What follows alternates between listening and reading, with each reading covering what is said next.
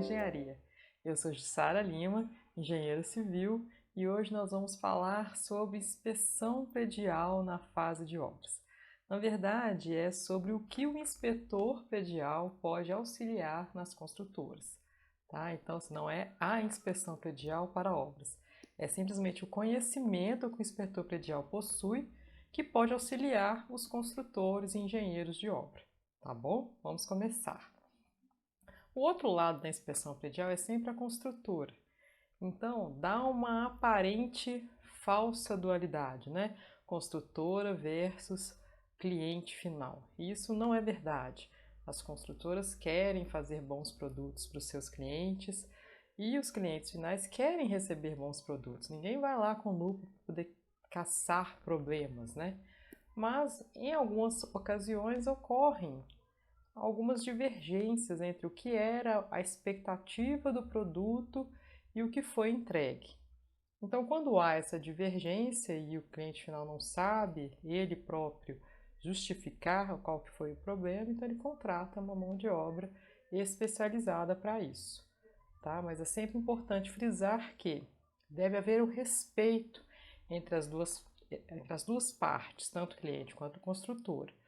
Porque é preciso respeitar o trabalho do outro, né? A gente sabe que fazer obra é muito difícil, são muitas etapas, muitos serviços simultâneos e para acompanhar e fazer todos eles seguirem com qualidade é realmente um desafio. O nosso objetivo então é sempre proteger o cliente final, porém respeitando esse trabalho da construtora. E aí, visando justamente essa parceria das construtoras, é que a gente tem que lembrar de algumas coisas. Nem sempre a obra é a origem da fatologia. A obra que eu falo, o campo, o canteiro de obras mesmo, né? O chão de fábrica. Geralmente, grande parte dos erros, eles vêm de concepção do projeto que não tem nenhuma possibilidade de ser rastreada pelo pessoal de obra, que está focado em execução, não é função deles fazer compatibilização de projetos, por exemplo, especificação de material, detalhamento. Gente, é muito comum ver obras que só chega lá um projeto e fala, não, aqui vai um porcelanato. E aí quem faz o detalhamento, quem planeja qual que vai ser a paginação do piso, é quem está executando. Então isso gera realmente uma série de problemas, não tem como.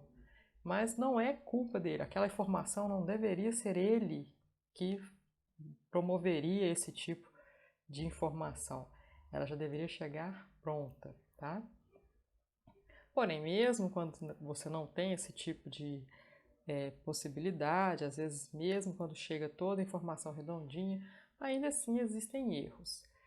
E isso acontece, tá? Então, mesmo na obra mais bem feita, vai ter um ou outro errinho que pode ter passado pelo critério de inspeção de vários agentes, né, durante a construção da obra. E esses podem ser antecipados, tá? Então, às vezes, o pessoal está tão envolvido no produto final que não vê alguma coisinha que passou despercebido. Um olhar treinado, né, de fora pode ajudar a eliminar esse problema antes dele chegar no cliente final, tá? E o inspetor predial também pode auxiliar positivamente no trabalho das construtoras, é o que eu tinha falado no começo. O que acontece? Quando você tem uma obra finalizada, o engenheiro de obra ele é específico para isso. Ele tem uma série de capacitações que o indicam para gerir uma obra. Tá? Então, não necessariamente ele vai ser o as da inspeção de final de obra, aquele checklist que verifica o outro lado, que é o lado do cliente. Às vezes não é ele que faz a entrega para o cliente final. Então, visando esse ponto de vista, é que a gente tem parcerias com várias construtoras. Nós, da Realizar Engenharia, nós temos parcerias com várias construtoras justamente para antecipar esses problemas. Porque aí você tem um olhar treinado de uma pessoa que já viu vários problemas acontecerem depois da obra entregue, que é esse que é o X da questão. A gente conseguir antecipar aqueles problemas que vão parar na mão da manutenção ou assistência técnica. Que muitas vezes quem é da obra mesmo, quem está envolvido na obra, não consegue antecipar porque tem outras visões, tem outras coisas para ela se preocupar. Tá? Então, essa visão, a parte que é muito importante que os inspetores prediais tenham, que é o que a gente vai passar aqui para vocês hoje. Porque não só os condomínios precisam desse apoio, mas as construtoras também. Então, a gente tem essas duas questões. É até interessante um fato que a gente começou esse trabalho com as construtoras justamente por um relatório que a gente entregou. Nós recebemos, né, a solicitação de um síndico que estava pegando um prédio novo, e aí ele pediu para fazer a inspeção de recebimento das áreas comuns. E assim, era um prédio que tinha tido vários problemas de entrega, já estava atrasado, então os clientes finais já estavam um pouco chateados com a situação, então já tinha todo um palco montado aí para uma insatisfação do cliente final. E quando a gente começou essa inspeção, estava realmente nítido, né, que a obra precisava de mais um tempinho ainda para finalizar, porque não é que tinha tantas coisas erradas, mas tinham muitas coisas não finalizadas, como dos técnicos com fio para todo quanto é lado, desorganizado, faltava pintura de indicação das tubulações. Então, várias questões assim que a gente foi colocando e no final deu um relatório gigante. Até fiquei preocupada, a gente deu mais uma repassada com os outros engenheiros, ver se não estava prolixo, que eu acho que laudo grande demais ele pode ter esse problema, né, de começar a colocar muita coisinha pequenininha que não vai ajudar o cliente e esquecer das coisas que são realmente importantes. Então a gente fez esse filtro e mesmo assim ele ficou grande. Mas, enfim, entregamos para o condomínio que repassou para a construtora. E aí o engenheiro da construtora me ligou. Eu falei, ixi, vai me xingar agora. A gente está preparado para isso, vamos lá, vamos escutar o que ele tem a dizer, porque acontece, né? Às vezes o outro lado fica indignado de receber alguma crítica, né? É muito ruim realmente você receber crítica, qualquer pessoa receber uma crítica, por mais positiva que ela seja, quando você lê, nossa, que saco isso, muito chato.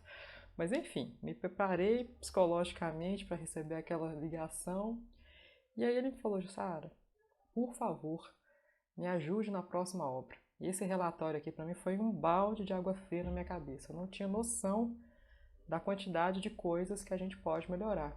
Então, na próxima obra que eu estou fazendo agora, eu quero que você vá lá, antes da gente entregar para o cliente final, para me ajudar a repassar tudo e a gente não deixar isso acontecer novamente.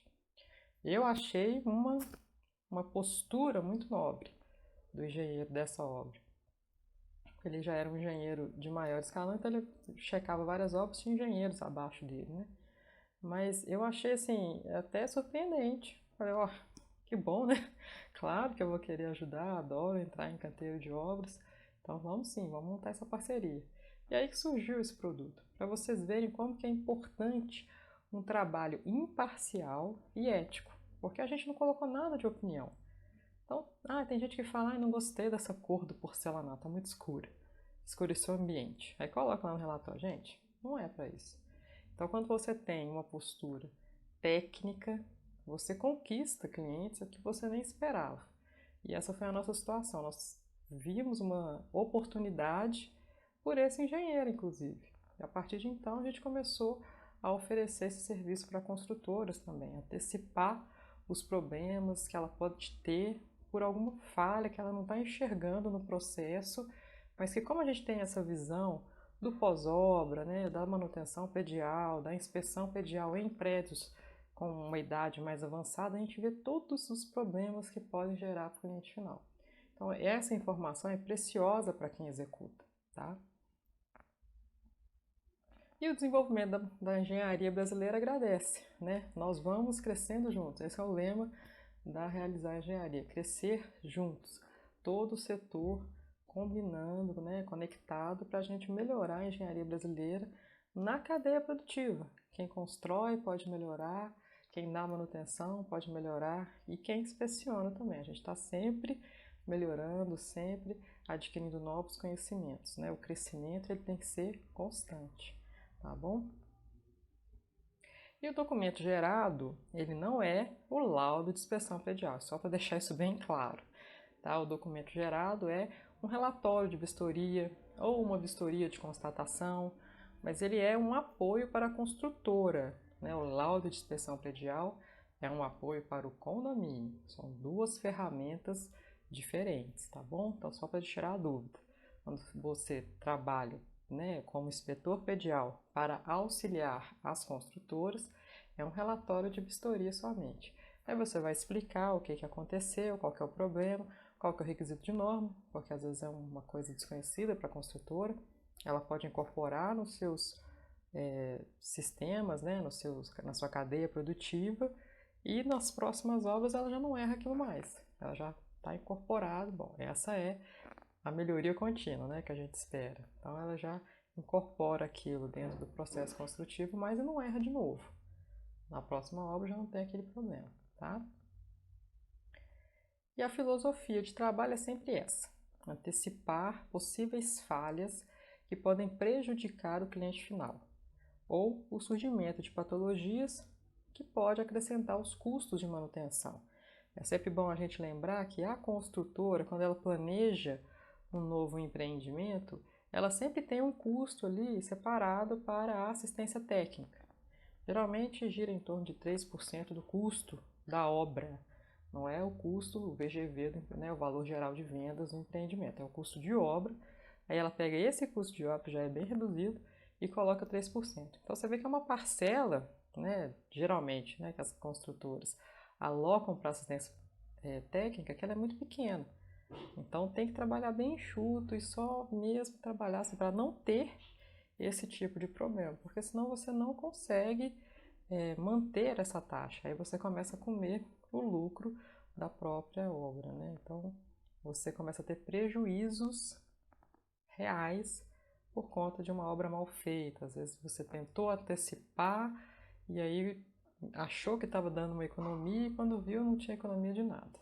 Estava realmente tomando prejuízo, porque lá na frente aquela assistência técnica ela é muito, mas muito mais cara do que a função na obra.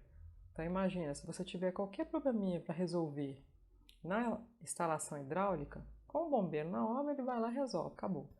Se for com o prédio entregue para o cliente final, um apartamento decorado, limpinho, vai entrar o bombeiro lá, vai ter que quebrar a parede, vai quebrar seu porcelanato, vai encher de poeira no apartamento.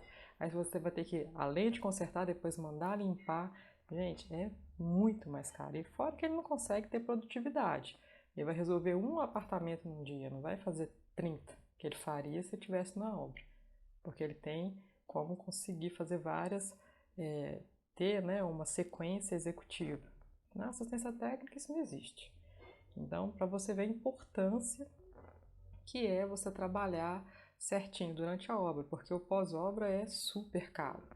E é por isso que a gente implanta essa inspeção predial nas obras, uma inspeção final de obras, vamos chamar assim, é o correto, né? Ela sai muito barato para a construtora, porque olha o tanto de problema que elimina para trabalhar com prédio entregue, com prédio já pronto, limpinho, arrumadinho. Você tem que entrar com pessoas lá, é dor de cabeça, tá? Então vamos para alguns exemplos práticos, tá? Coisas que a gente pegou em obras reais que contrataram exatamente esse serviço, né, de antecipação dos problemas, tá? Primeiro deles, olha só, esse é até emblemático. As caixas externas elétricas, tanto de tomada quanto de interruptor, se for o caso, se ela ficar exposta às intempéries, né, chuvas e ventos, ela precisa de ter uma proteção especial. Ela não pode ser simplesmente aquela tomadinha simples, porque ela tem o risco, né, dessa água entrar e gerar uma corrente de fuga. Então ela precisa ter essa proteção, esse índice de proteção IP44. E é muito interessante que isso já é um requisito de norma antigo, né? A norma 5410 que pede essa solicitação e ela não é recente, ela está sendo estudada para ser revisada, mas ela ainda não sofreu revisão ainda, né? Ela está em processo. Então a norma que existe atualmente é que solicita essa proteção IP44 para tomadas externas ou tomadas próximas de fonte de água, né? Fonte de umidade. E o próprio projeto dessa obra específica também pedia Mas era uma frase, gente, assim, uma linha naquela parte de observações de projeto que ninguém lê. Então, você fica até assim, olha, realmente tem um problema na engenharia. Ela não sabe que tem que fazer essa tomada blindada, toda certinha. Mas o projetista, que seria aquele consultor que poderia ajudar, também não passou a informação de forma clara. As tomadas que precisam ter essa proteção IP44 não tem nenhum tipo de identificação na planta do projeto. Tem só essa observação naquela coluna de frases e observações que ele coloca na primeira folha do projeto. Né? Geralmente eles colocam uma série de questões, né? Como que foi pensado o projeto, concessionária, dimensionamento, etc. Aí tem essa frase lá, na linha 24. E só. Aí quando você vai na planta, onde mostra quais as tomadas que deveriam ter essa proteção, não tem nenhuma indicação. Aí o eletricista, que geralmente nem lê a primeira página, pega a planta e pronto. Ele faz do jeito que está lá na planta, somente. O resto da informação ela é perdida. E principalmente nesse caso, se vocês observarem, olha, a caixinha está aqui atrás. Tem quase 3 centímetros aqui de argamassa que eles utilizaram para fazer uma regularização, né? Ficou, já teve um probleminha de prumo aí na parede, tentaram arrumar com argamassa e aí a tomadinha ela ficou aqui, ó, afogada no meio dessa massa. Aí a tampa mesmo, o espelho, vai ficar aqui na frente. Ele não vai nem ser conectado direito na tomada lá, na caixa elétrica lá atrás, se não tivesse sido visto, porque ela tem que ser empurrada para frente, ela não pode ficar aqui atrás não, senão você nem consegue instalar o espelho depois, né, o espelho da tomada, porque ele precisa ser parafusado na caixinha. Então você veja que tem dois problemas. E não duvidem que o eletricista ia colocar isso aqui, nem que seja colado na parte externa aqui, sem precisar de parafusar nem nada, se ninguém tivesse falado. E aí você tem um duplo risco de ter uma infiltração de água dentro dessa caixa, porque ela já é externa e ela está afastada da superfície.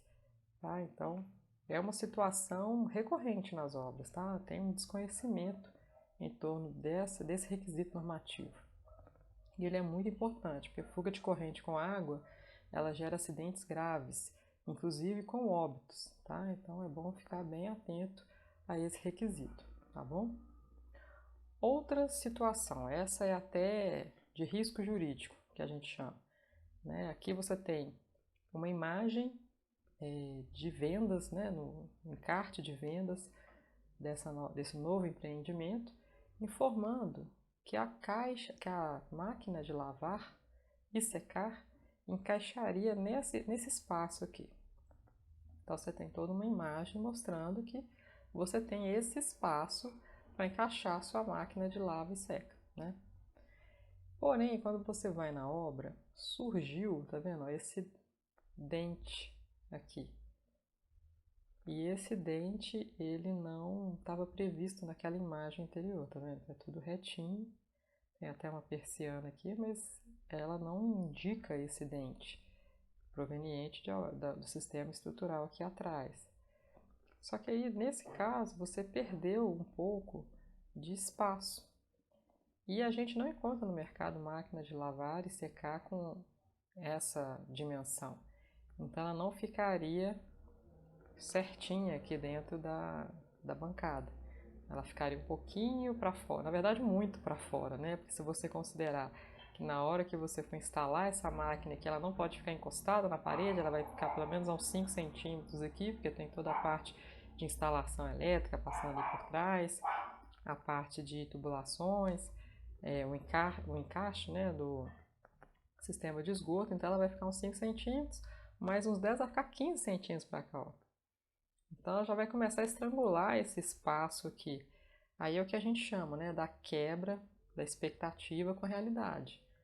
A pessoa não tinha essa expectativa, ela teve essa expectativa, essa imagem gera uma situação, né, que ela pode fazer desse jeito que está aí. Ela pode fazer um design de interiores da forma como está mostrando no encarte. E na realidade ela não pode, ela não tem essa situação certinha. E isso pode gerar um risco jurídico, pode gerar até uma questão de danos morais. A pessoa tem uma visão, um sonho de fazer a casa de um jeito e quando ela recebe está de outro. E aí ela não consegue realizar aquele sonho. Isso gera realmente uma discussão. E uma insatisfação do cliente. É melhor você já avisar para ele, ó, isso daqui não é possível. Tem lá, gente, imagem ilustrativa, a gente sabe. O pessoal sempre coloca, isso daqui não pode, mas a sensação que você gera para o cliente ela é real. E ela pode sim se transformar em uma insatisfação. Uma insatisfação tão grave que eu já vi pessoas desistirem das unidades porque elas não conseguiram realizar aquele sonho de decoração que ela tinha. Isso é muito ruim para a construtora. Então, se ela não tem, se aquele cliente sai insatisfeito do empreendimento, obviamente que ele não vai indicar para ninguém. E uma questão que é sempre bom a gente ter em mente, que um cliente que compra um bom apartamento, ele vai indicar para 3 pessoas. Se ele não gosta, ele reclama para 11. Então é bom lembrar que essa questão de expectativa versus realidade tem que estar muito bem trabalhada. Então nessa situação é até bom indicar para o cliente já de forma antecipada que aqui não cabe uma lava e seca nos modelos X, Y, Z, só os modelos A, B e C que podem ser utilizados.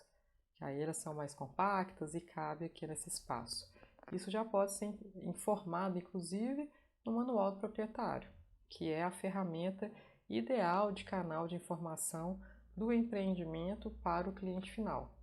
Então, tendo a informação, tendo transparência, você diminui um pouco essa questão da insatisfação, que pode acontecer por uma quebra de expectativa. Mas ela precisa ser antecipada, ela precisa ser conhecida. Se vier de surpresa, aí realmente você não tem como trabalhar isso com o cliente, né? Se surgir uma coisa que você não estava pensando, que você não sabia, aí já chega aquela reclamação, e você vai, nossa, da onde que saiu isso? Aí vai entender o porquê, aí é sempre, né, uma questão da gente querer se defender, então a consultora vai sempre querer entrar numa reação mais de querer ficar na defensiva, e isso não é tão interessante. Às vezes essa reação defensiva ela até afasta ainda mais o cliente. Então é sempre bom pensar, gente, nós estamos fazendo um projeto, compatibiliza esse projeto. É o primeiro ponto para você ter um bom produto, é um produto compatibilizado. Então na hora que for checar alguma obra, a primeira dica que você vai passar para o consultor, viu isso daqui, ó, claramente não teve uma compatibilização de projetos, porque aqui foi uma visão do projeto de arquitetura e aqui é o projeto real executado. Então, na arquitetura não tinha previsto esse pilar aqui. E por que não estava previsto na arquitetura? Lá no começo você já tem os 2 projetos, arquitetura e estrutura, então já podia ter compatibilizado e visto que vai ter um dentinho aqui. Aí monta as imagens de venda já prevendo o dentinho, qual o problema? Muito melhor, você já coloca a realidade para o cliente que está comprando, tá? Evita essa quebra de expectativa. Vamos lá, mais um exemplo. Nossa, isso daqui é sério, tá, gente? Aqui é a tubulação de gás, tá vendo? Ela passando aqui, e aqui seria um shaft com um armário tampando isso daqui. Então, nessa situação, o que que você tem? Uma tubulação de gás passando dentro de um ambiente que eles vão fechar posteriormente com um armário. E esse fechamento com o armário vai fazer com que esse ambiente se torne um ambiente enclausurado. E você não pode ter tubulações de gás passando por ambientes que sejam enclausurados. Se for fazer dessa forma, ele tem que ter um envelopamento. Ele não pode ficar assim, porque se ele começar algum tipo de vazamento, você vai ter o acúmulo de gás nesse ambiente fechado. E aí ele já está próximo de uma tomada aqui, que também não pode, tem que ficar pelo menos a 30 centímetros de pontos elétricos. Aí você tem a faísca junto com o combustível. Tudo que você precisa para uma explosão. É sério assim. Então, foi um desconhecimento da construtora também. Mas, quando você vai avaliar internamente, olha só, ele ainda passaria por dentro do forro. Tem os 2 lados, né, do prédio, então é um prédio espelhado, do outro lado ele fica dessa forma, também passando dentro de um ambiente que eles iam fechar e virar um shaft. Aí quando você vai analisar o que aconteceu, na verdade é o seguinte, olha, o projeto tinha uma nota informando que essa tubulação ela deveria ser executada externa ao prédio. E aí, por alguma razão, eles modificaram a fachada, né? Tudo bem, nada de errado com isso, mas no momento que eles modificaram a fachada para uma outra metodologia, impossibilitou o sistema de gás de passar externo à fachada. Eles trouxeram para dentro, mas sem questionar o consultor, sem questionar o projetista do que era possível fazer. E aí executaram por dentro. Ah, não. O mestre de obra que tomou essa decisão internamente. Novamente não passou por um coordenador de projetos, alguém para fazer um novo check, né? Então deixou direto com o pessoal da obra e aí eles passaram por dentro e estavam tranquilos, nada de errado com isso. Só que está errado, não pode. É até uma questão, olha, é totalmente proibido, né, até por norma, passar tubulação de gás em ambientes que sejam confinados, justamente por aquela razão que eu já falei. Ela pode gerar um acúmulo de gás que ninguém vai ver.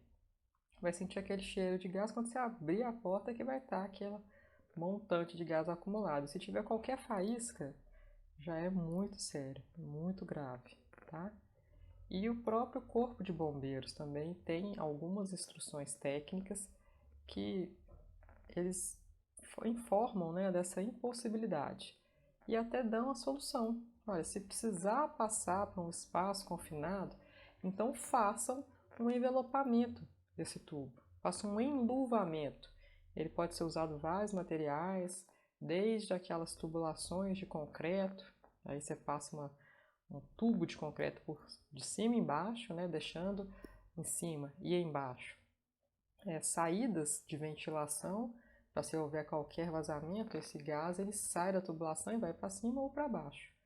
Ou outros materiais, aí você pode simplesmente ligar para o seu consultor, né, no caso da obra, você pode indicar para o engenheiro de obra, não, liga para o seu consultor e pergunta qual é o melhor material que pode ser usado aqui. O que não pode é deixar o tubo passando isolado, tranquilinho, dentro de um ambiente que vai ser fechado. Isso não pode, tá? E esse é o tipo de coisa que é muito mais fácil resolver durante a obra. Você imagina se eles entregarem desse jeito. Aí, antes de entregar a obra, é claro que se eles fossem, né, corretinhos, vai pedir a vistoria do Corpo de Bombeiros, né? Vai realizar o ABCB. Aí, nesse momento, quando o bombeiro chegasse lá e falasse, olha, isso daqui está errado, é que eles iam parar para pensar, nossa, está errado. Com o prédio já pronto, com o armário instalado, seria super caro de resolver isso. Para sair enluvando todo mundo, de cima e embaixo, concretinho, não sei o quê. Aí com o piso já prontinho de porcelanato, limpinho, já para entregar para o pessoal, né? Já fazendo vistoria de entrega de apartamento com o cliente final, aí você vai ter que parar tudo para enluvar um tubo de gás que foi executado de forma equivocada.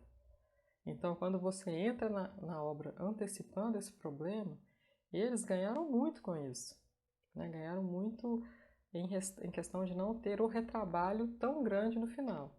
Se tivesse acionado até antes, você dá uma checada nos projetos antes de começar, conseguia até ter visto que isso aqui não dá para fazer. Tem que ser jogado para fora mesmo, fazer aparente, sem problema, ou realmente já pensar ele enluvado no conceito do projeto. Tá? Então, isso é a importância de se conhecer as normas que são principalmente de segurança. Norma de segurança e habitabilidade não se discute. Tá? Tem que ser feito porque é a premissa de um produto que é imóvel. Né? Um imóvel, a premissa dele é segurança e habitabilidade. Tá? Imóvel destinado à moradia. Né? Olha, isso aqui está até assim, né? Solto aqui, então isso daqui também foi totalmente enluvado e eles colocaram o armário aqui, tá vendo? Todo o armário em MDF, que é até um material também combustível. Né? E aqui, como eu falei, a norma ela emite a proibição, ao mesmo tempo ela dá a solução, que é a gente tinha falado anteriormente, que é o tubo lupa, e ele tem que ter duas aberturas, né, nas duas extremidades, para permitir realmente a saída desse gás se houver algum acúmulo.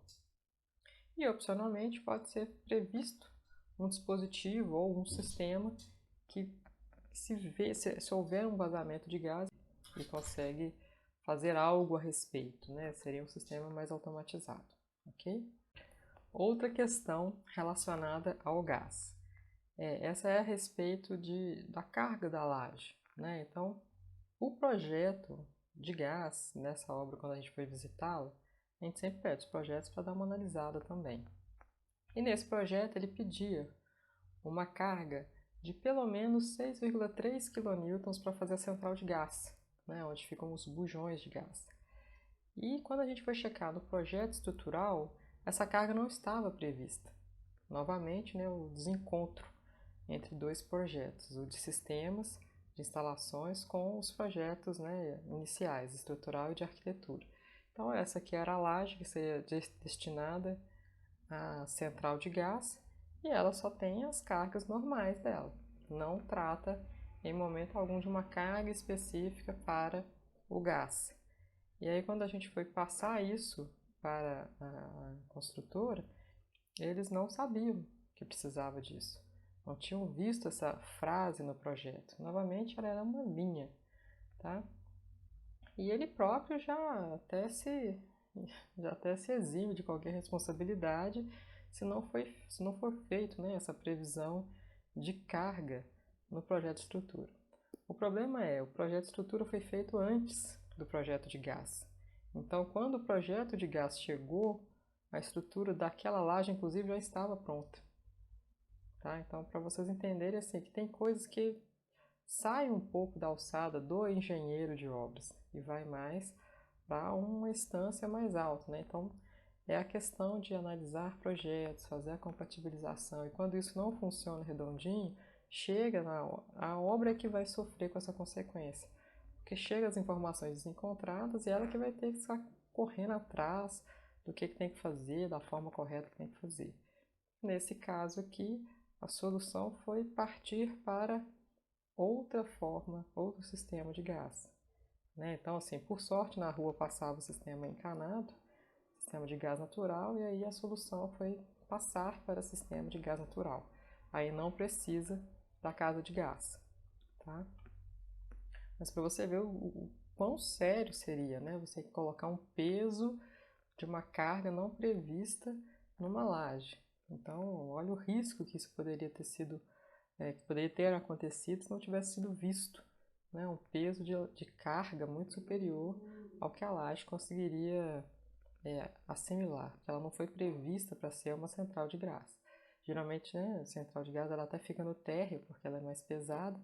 Nesse caso, eles não tinham essa área no térreo, ela tinha que ser sobre laje, uma área acima. E aí você começa a ter todos esses problemas de desencontro de informação, quase que coloca um peso enorme em cima de uma laje que não foi prevista para isso. Tá? Aqui outro ponto. Guarda-corpo, gente, é algo muito, muito sério. Né? Se você pensar que uma criança pode vir correndo e segurar nesse guarda-corpo com todo o peso do corpo dela, ou uma pessoa que se desequilibrar e cair também vai segurar esse guarda-corpo com todo o peso dela, então ele precisa suportar uma carga dinâmica equivalente ao peso de um ser humano adulto. Vai bater lá e vai ficar firme. Então, o sistema de ancoragem do guarda-corpo ele precisa ser previsto para isso. E é um ensaio que a norma de desempenho exige. Ela tem uma série de requisitos, né, cargas dinâmicas, de deformação, etc., que você precisa colocar esse guarda-corpo à prova para testar se ele suporta todas essas cargas colocadas em cima dele. E aqui a gente vê que esse sistema não tinha essa previsão nem de fazer o ensaio, e ele era muito simples, era só uma parte ancorada e depois você encaixava o perfil dentro dessa ancoragem, que é um sistema que a norma nem tinha previsto. E aí, neste caso, foi passado, né, para a construtora, ficaria muito mais caro trocar todos os guarda-corpos, né? Ficaria impossível. Uma das soluções que a gente apresentou, né, que é possível, é que essa era uma laje técnica, né? Então, esse guarda-corpo ele não era de uma varanda, E tem até esse brise aqui, porque ele é destinado a instalar a máquina condensadora do ar-condicionado. Então ele não era uma área bonitinha, né? Então, como já era prevista para ser uma laje técnica, nós sugerimos que colocassem as ancoragens para fixar o cinto de segurança do profissional que for fazer a instalação da máquina de ar-condicionado. Mas isso é um guarda-corpo, então ele precisa ser, ele não pode ser caracterizado como um guarda-corpo se ele não for ter a função de guarda-corpo. Então o que a gente faz? Ele não é mais um guarda-corpo, ele é somente um brise bonitinho de enfeite, porque a pessoa tem que usar a ancoragem para acessar essa área. Inclusive ela tirou o acesso dela para todos. Ela ficou sendo apenas de acesso às pessoas que forem fazer a instalação da máquina de ar. Então ela deixou de ser uma varandinha para ser apenas uma área técnica.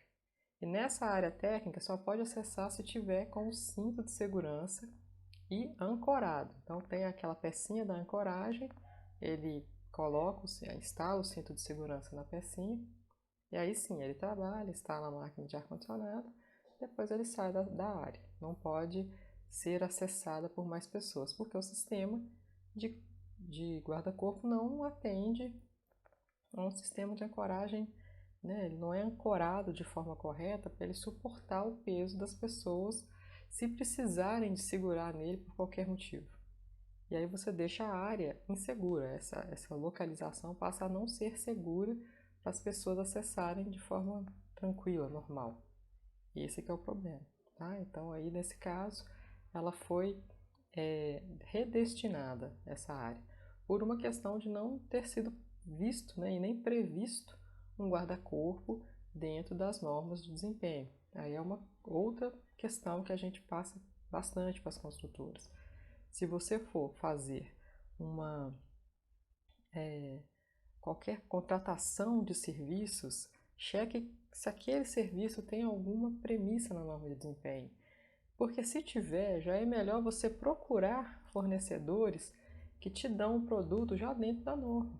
Porque se pega, como foi aqui o caso, né, um serralheiro pequenininho que faz coisinha menor, para fechar todos os brises nas suas varandas, ele vai trabalhar com o sistema que ele conhece, que é aquele sisteminha simples, sem muita sofisticação. E aí ele não tem ensaio de nada, não tem um engenheiro que assina para ele os projetos que ele faz, não tem nada. Então você fica sem a segurança técnica de fazer esse tipo de atividade, tá? Muito importante, então, já procurar os fornecedores que estejam corretos, que atendam a norma, tá?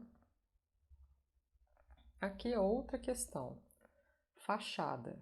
Aí já é outro requisito da norma de desempenho, que a gente passa para as construtoras. Fachada precisa ser manutenível, todas as fachadas. Elas precisam receber manutenção. Os clientes, né, eles sempre reclamam que a fachada fica deteriorada muito rapidamente, aí pede para a construtora para arrumar, a construtora fala, não, mas você não fez a manutenção, então não tem que fazer nada. Vocês que devem agora cuidar da fachada.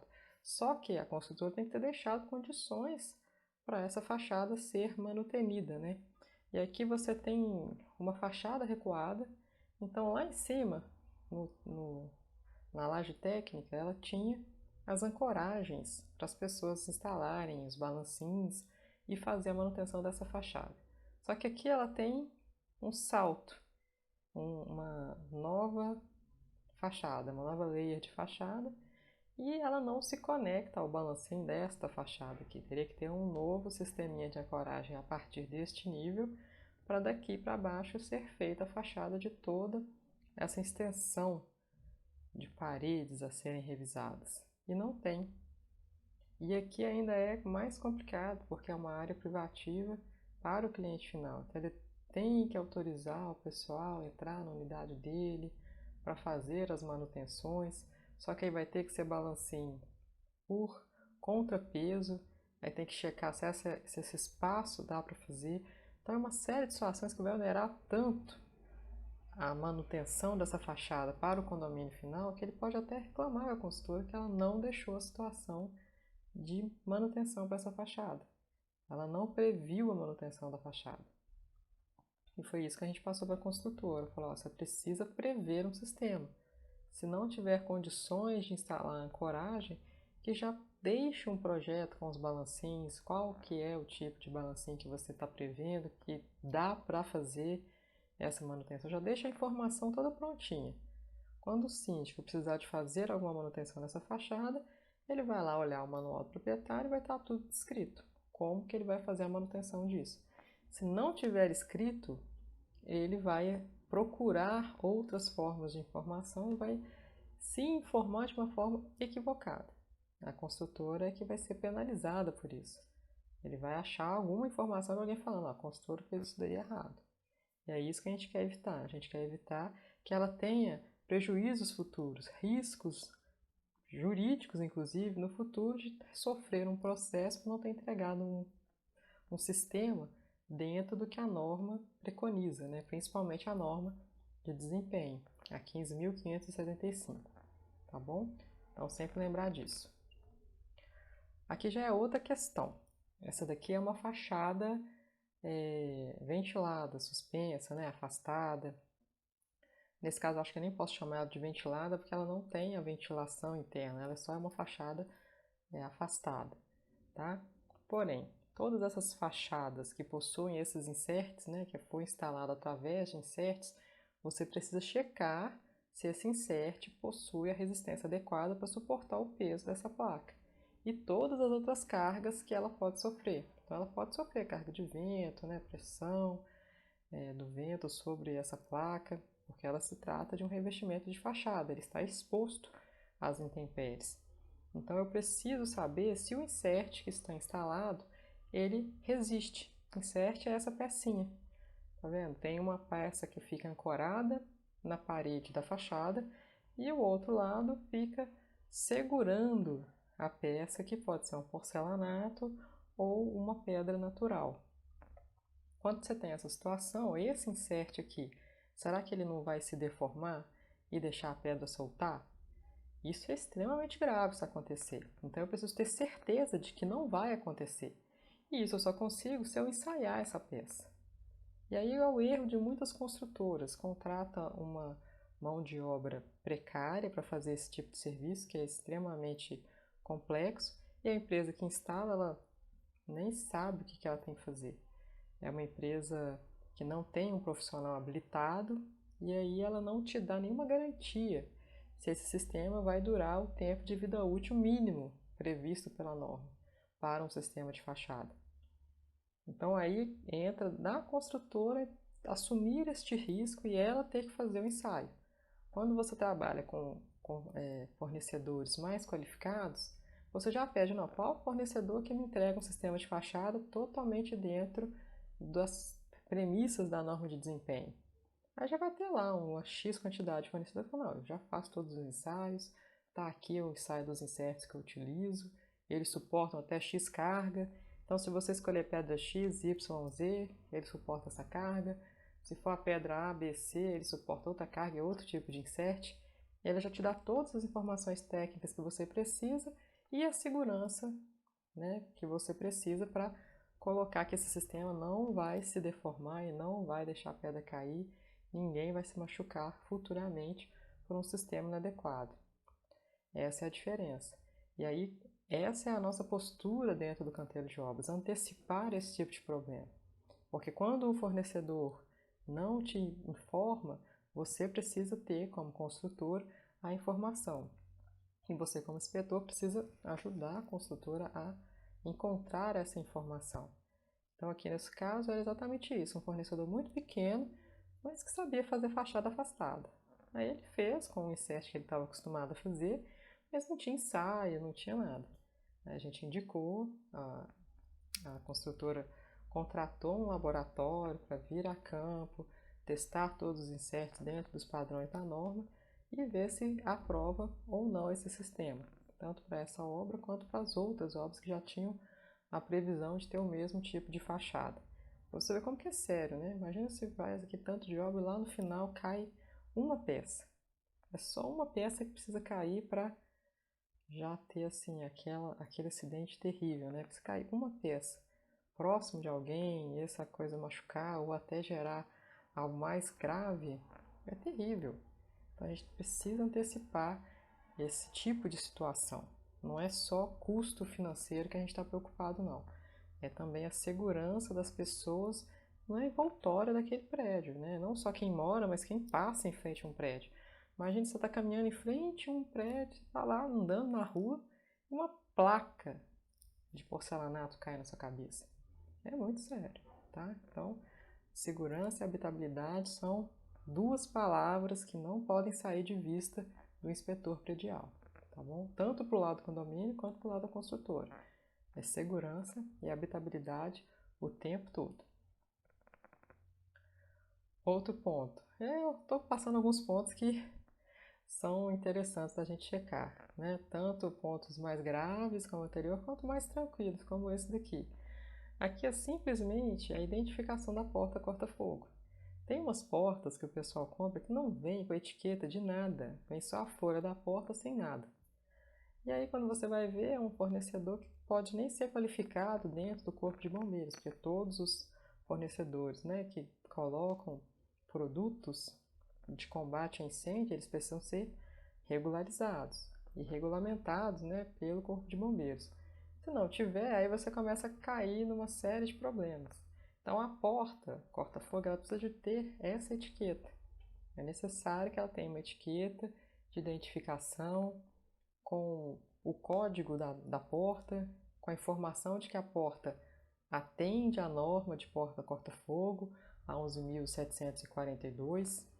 Ela tem que ter a identificação do fabricante e até aquelas informações de lote, fabricação e etc. Tá? Então, se a porta ela tiver sem nada, é um indicativo perigoso. E alguns fornecedores até mandam a etiqueta separado. Nunca vi isso, mas enfim. Manda a etiqueta para você colar na obra. Então, tem que ficar muito atento. A porta precisa ter essa informação. Porque é o tipo de coisa que se não tiver, quando tem a vistoria do Corpo de Bombeiros, é uma trava que eles não deixam passar.